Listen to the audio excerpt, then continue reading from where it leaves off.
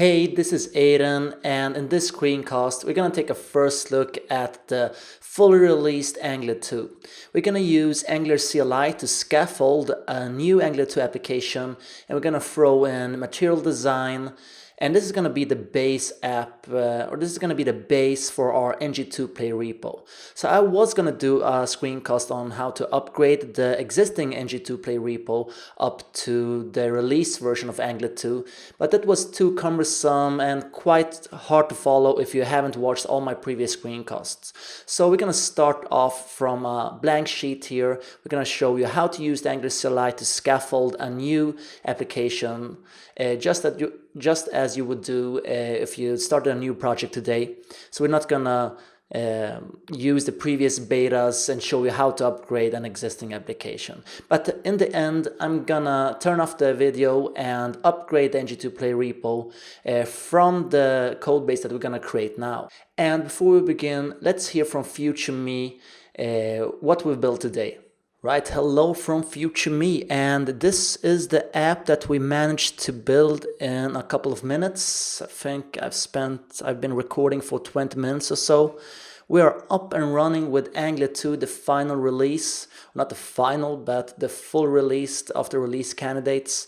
We're running 2.0.2 and we are using Material2 with Alpha 9, and we just ripped this awesome app that they are referencing from their documentation. We can toggle to a dark theme, and basically we just have a simple app with a main module with a home component, and it just works. So it's been super easy to create this app. Alright, so let's take a look at how we got there. So as I said, we're gonna use the fully released Angular 2.0.2 version, which was released October 5th. And the current ng2 play repo is at beta 5, so it was just too much work to do it on screen. So we're gonna use that version of Angular. So this is the changelog. And we're gonna use Angular CLI, which now uses Webpack. And the last time we took a look at Angular CLI, they weren't using Webpack. So that's also another reason to start from scratch. We're gonna create a new base here using Webpack, and then we're just gonna move our components into that base. So I think they are at beta 17, right? That's correct. And we're going to use Material2, and we've seen in previous screencasts as well, this was quite cumbersome to install all the packages that you wanted. You need the core, and then you needed to go ahead and get the components one by one. Now we can see we're going to install Material2 and add it and load it up into our application with almost no work at all. So that's pretty cool. We're also going to try to rip this Material2 app here, and at the end, let's see, we're going to refresh this page. We want to have something looking like this. So this is a simple Angular 2 app that leverages Material2 components, and they've themed this application. So they're linking to this from the Material2 documentation. And I'm gonna link to the actual repo in the description down below, so they get the credits that they deserve. And the app that I've already built is this ng2 play repo. If you followed me along, you know we've been evolving this application throughout the early alphas and the betas and the release candidates. And right now here we can see we are at release candidate 5 using Material2 Alpha 9. And we're gonna go ahead and use the fully released Angular 2 version along with Alpha 9 of Material Design. And this is the app in action. We're not gonna go into depth there because at the end of the screencast, hopefully our app will look like this app right here.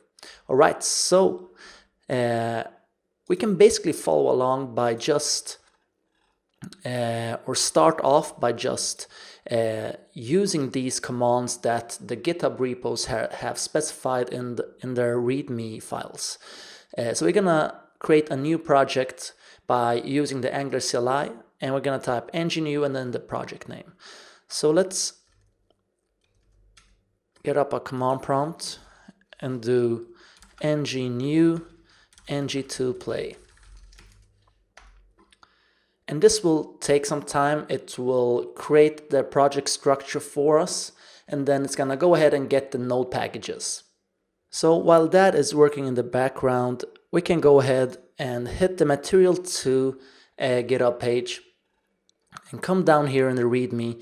We can find a section called Getting Started, and they have an excellent Getting Started guide. So they've really sanitized what you need to do to get up and running with Material2. As I said, if you watched my previous screencast, this was quite some hassle, but here you can see they are already showing you how to do this if you are coming from the Angular CLI. So we're doing this command right now, and after that we can just go ahead and do npm install and just add one single npm package that will contain all the packages that we need. And it's really simple to bootstrap the application as well. We don't need to go into system.ts and define all the barrels that we're going to load components from ourselves. That's been quite reworked, so if you've learned that, that's a bit of unnecessary info. So let's copy paste this and wait for this to finish. Alright, so we've finished the command and my Dell XPS 13 is almost burning up. So let's go into the folder ng2 play, and now we could go ahead and serve the application, but we're gonna go ahead and install Angular 2 Material first. And what we're going to see here is that Angular CLI actually installed the 2.0.0 version, and the latest alpha of Material2 will want us to upgrade to 2.0.2. So soon enough we're going to see a couple of warnings here, but before we even go there, let's open up Visual Studio Code, and we'll see that the folder structure is quite familiar if you've used the Angular CLI before. There are some minor changes. They created an app routing module which you can define your routes in, and they are exporting it as a module for us, so we can easily just import this module in our app module. Also, I don't think they support generating routes yet, but I'm guessing that's gonna come in a couple of releases. So for now, we're gonna need to generate our components for ourselves. We're gonna create a home controller and then add a route to the home controller, or not the home controller, the home component ourselves. I've been coding a lot of ASP.NET Core MVC, so I'm in the controller world right now. So let's see what happened here. Alright, cool. So exactly as I expected, it wanted us to have 2.0.2. So let's come here and open up the project.json file, or the package.json file. Once again, that was ASP.NET Core talk. And let's try to replace the 2.0 with 0.2 at the correct places. So we're gonna skip that one, and we're gonna replace the following two. Alright, so that should be it. If we switch back now and just do npm install, we should get rid of all the warnings. Alright, so we're done. Cool, so let's clear the screen and once again try to follow this guide that I've opened up. Let's see on which screen I got that. It's right here. Alright, so before we serve the application, let's load up the Angular Material module, and we're gonna do that from app.module.ts, and then just import the Material module and import it for root in the import statement for our app component. All right, and as we could see here, let's open up the file structure. There was something called app routing module, right? So we're gonna want to import this guy as well, since we want routing in our application. So let's copy paste this guy here and just go ahead and get it from app routing. We're not gonna get app component from there. Instead, we're gonna get, what was it called? Right, and that's not component there. Should be module.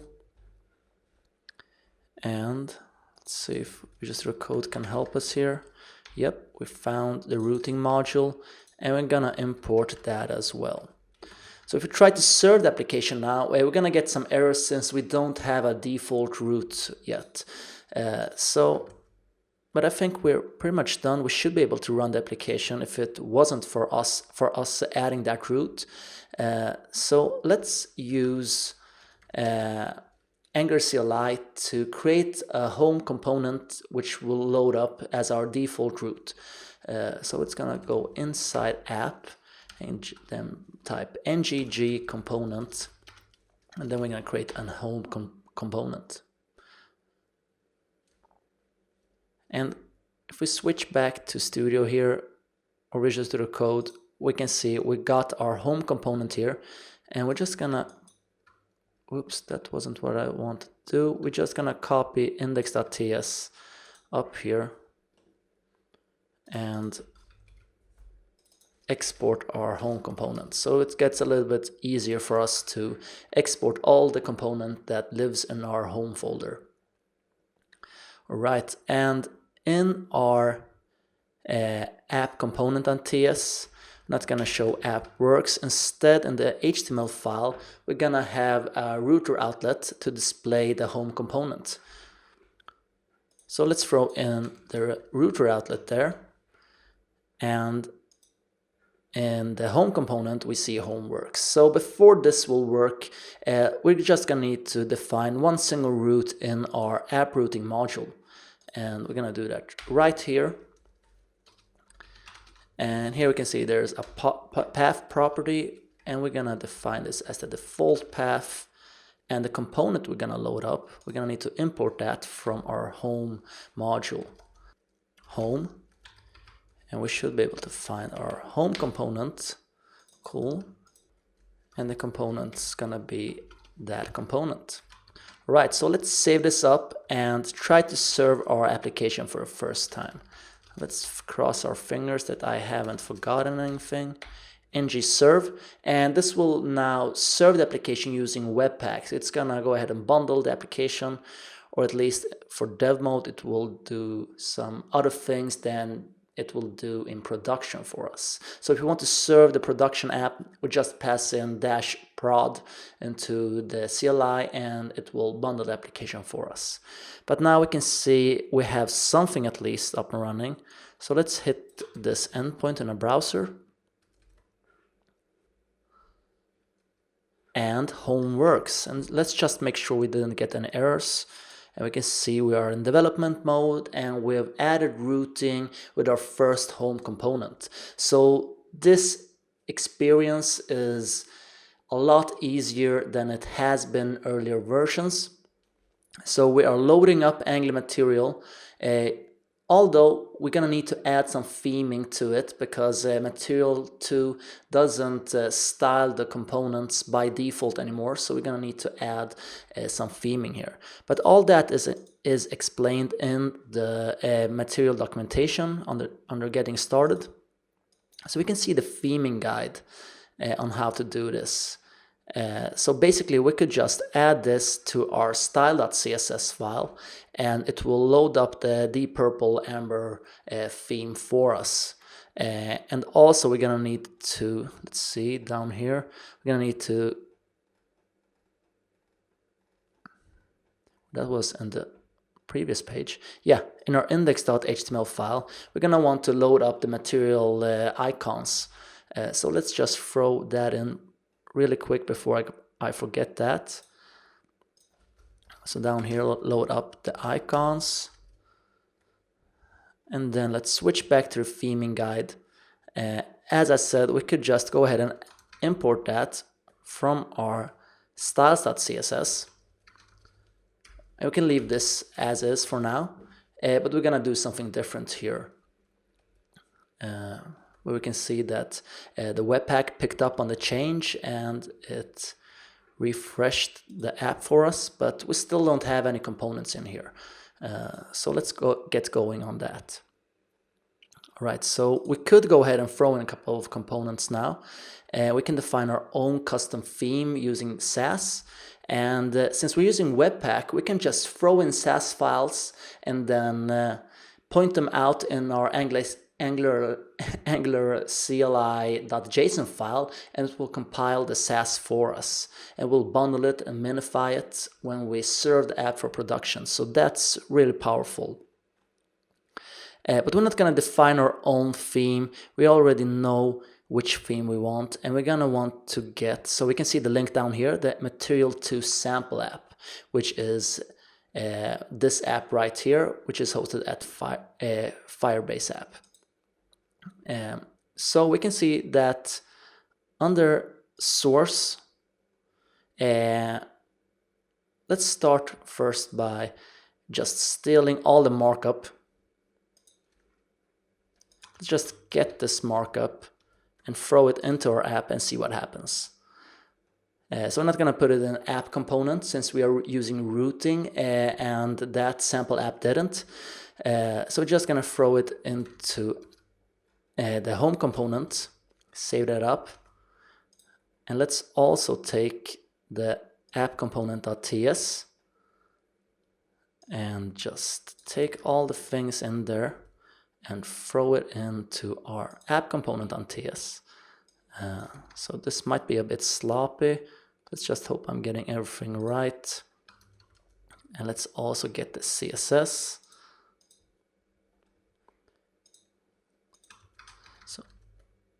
So let's open home component.css, save that up. So by just throwing all this in and saving that up and making sure that the CLI has picked up on the change, if we switch back to a browser now, let's see, we can see that this app looks pretty decent, but we haven't got the Sass theme file that they've defined in their repo. So we're gonna do that next.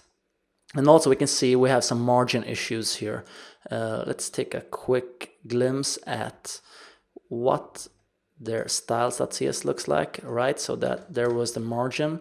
Let's just rip that as well into our styles.ts. But then more importantly, we're gonna get this Sass file to get the theming that we want. So let's see, let's get the raw file here. I'm just gonna put this into something called apptheme.sass. Let's copy paste the name. I don't want to type. Throw that in there as well, and then just get the content.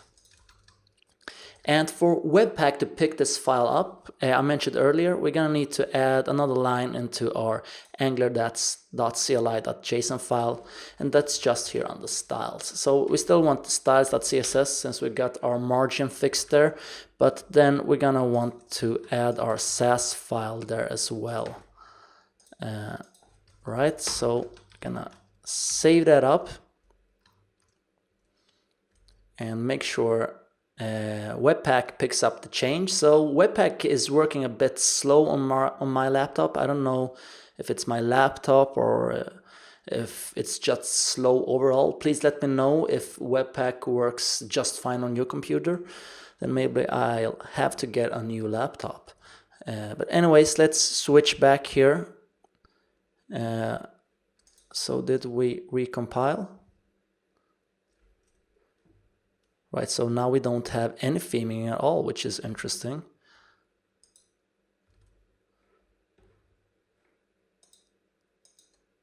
Okay, so let's see if I missed something. So we got apptheme.sass, and we got the Sass file right here. So I think this should be all right. So in our style.css, let's see, we don't import the other theme. Okay, let's see if we can just restart Webpack. All right, so Webpack is up and running again. Let's switch back to a browser. And we can see that the style is working a lot more like expected. And yeah, we can toggle to dark theme. So that's pretty cool. We've basically ripped this application, which looks awesome in a matter of minutes. Let's just make sure that it looks like expected. And I think it was this tab right here, right? Right, side by side looks pretty much the same to me. All right, so if you followed my screencasts, you've seen it could be quite a hassle to migrate between the versions, and now we started off from scratch. There is a migration guide, but I'm not gonna go through that process. I'm just gonna go ahead and upgrade my ng2play repo to use this code base instead. Since it's quite a few changes to get Webpack up and running when coming from an earlier version.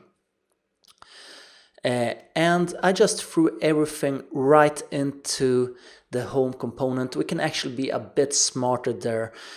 Since we are using a router outlet, why not put the app content in the router outlet and then have the layout in the app component? Right, so this is the app content here. This should be everything that's in here. We shouldn't have to put everything in there. So let's just go ahead and take that out, put that in app component, format the file, and then take this part out, save that up, and move that to app component.ts. So we have our router outlet here. Right, so I obviously missed a div. Let's put that there, format this, and have the router outlet in the app content.